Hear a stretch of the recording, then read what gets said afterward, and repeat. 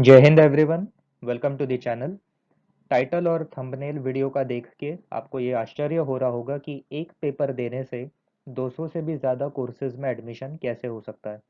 But let me tell you, in India this is now possible because of the exam called CUCET, which is central universities combined entrance exam. इस exam की खास बात यह है कि यहाँ पे जितने कोर्सेज अवेलेबल हैं जो इस वीडियो में हम बात करेंगे, लाइक तकरीबन 265 कोर्सेज से भी ज़्यादा हैं।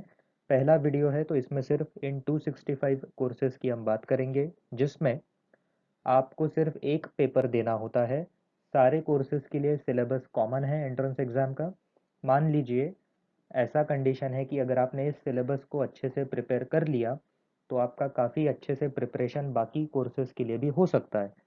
अब इसका सबसे बड़ा एडवांटेज ये है कि अगर आप किसी पर्टिकुलर सेंट्रल यूनिवर्सिटी में एडमिशन लेना चाहते हैं किसी एक कोर्स के लिए, और वहाँ अगर आपका मार्क्स थोड़ा कम भी आ गया, कट ऑफ अगर आप क्लियर नहीं कर पाए, लेकिन वही एंट्रेंस पेपर अगर किसी और कोर्स के लिए भी वो लोग वैलिड पकड़ रहे हैं, तो आपका एक साल बर्बाद नहीं होगा। आपको कहीं और जाने की ज़रूरत नहीं है।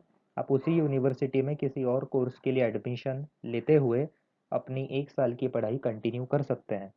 इससे होगा ये कि आपका पूरा एक साल बर्बाद नहीं होगा, और एटलीस्ट अगर वो कोर्स आपको नहीं मिला तो कम से कम आप वहाँ जाके कैंपस लाइफ अपनी एंजॉय कर सकते हो, या दोबारा तैयारी करके दूसरे साल फिर अपीयर हो सकते हो। तो आज उस सिलेबस के बारे में हम बात करेंगे कि क्या उसका पैटर्न है, जो मैं आखिरी में आपको बताऊंगा। आप चाहे तो बीच बीच में जैसे वीडियो आगे चलेगा स्क्रीनशॉट लेते जाइए।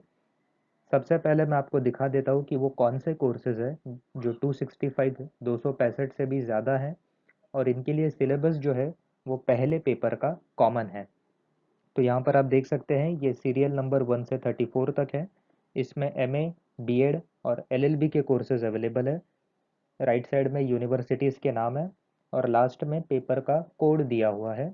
वो कोड इसलिए है कि सिर्फ डिफरेंटली उसको आइडेंटिफाई किया जाए, बाकी उसमें सिलेबस पहले पेपर का कॉमन होता है। ये आप देखिए 35 से 75 है।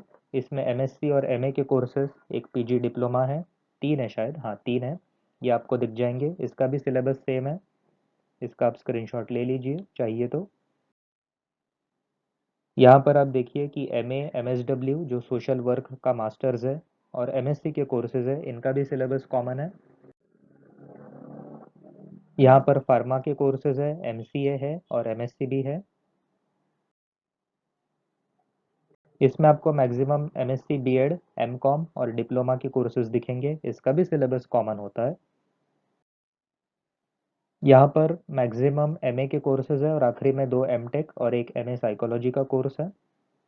और बीच में जो एक रह गया PGQP39, उसका कोड है, और वो है fine arts, masters in fine arts, जो सेंट्रल यूनिवर्सिटी ऑफ पंजाब में है। और ये वो आखिरी लिस्ट है जिसमें फिर से MSc MTech और MA के कोर्सेज है। अब मैं आपको बताता हूँ कि इसका सिलेबस कॉमन कैसे है। ये जो आपने देखा PGQ1 से लेके PGQ58 आप आखिरी में देख सकते हो। इसमें दो तरह से एग्ज़ाम होती है। पहला होता है पेपर 1, जिसमें 25 क्वेश्चंस होंगे कुल मिला के। उसका सिलेबस है इंग्लिश, जनरल नॉलेज और न्यूमेरिकल एबिलिटी, यानी बेसिक मैथमेटिक्स। ये हो गया पेपर 1 जो सभी के लिए कॉमन है। अब यहाँ पर सिर्फ एक चीज़ अलग पड़ती है, वो है पेपर 2, जिसमें 75 क्वेश्चंस होते हैं, और वो सब्जेक्ट के हिसाब से होता है। मान लीजिए अगर आपने MSc फिज़िक्स और MSc केमिस्ट्री के लिए अप्लाई किया है सेंट्रल यूनिवर्सिटी में, तो दोनों जगह आपका पेपर 1 तो कॉमन ही होगा, उसके लिए आपको अलग से नहीं पढ़ना है। अब रह गया पेपर 2, जिसमें 75 क्वेश्चंस होंगे। ये 75 और पहले के 25, ऐसा कुल मिला के 100 क्वेश्चंस का आपका पेपर होगा। तो जो सिर्फ पेपर 2 है वो अलग है, जिसमें फिज़िक्स वाले में फ़िज़िक्स के ही सवाल होंगे, बाकी कुछ नहीं होगा। और केमिस्ट्री वाले पेपर में केमिस्ट्री के ही क्वेश्चंस होंगे।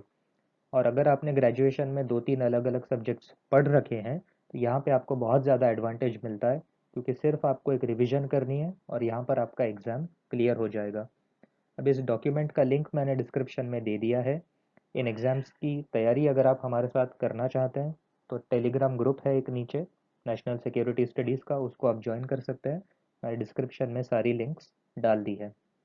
आई होप कि इस वीडियो को देख आपको बेसिक जानकारी आ गई होगी, और एक अश्योरेंस आपको होगा कि चलो एक सब्जेक्ट में नहीं हुआ तो यार साल बर्बाद नहीं होगा, या पूरा ईयर आपको ड्रॉप नहीं लेना पड़ेगा।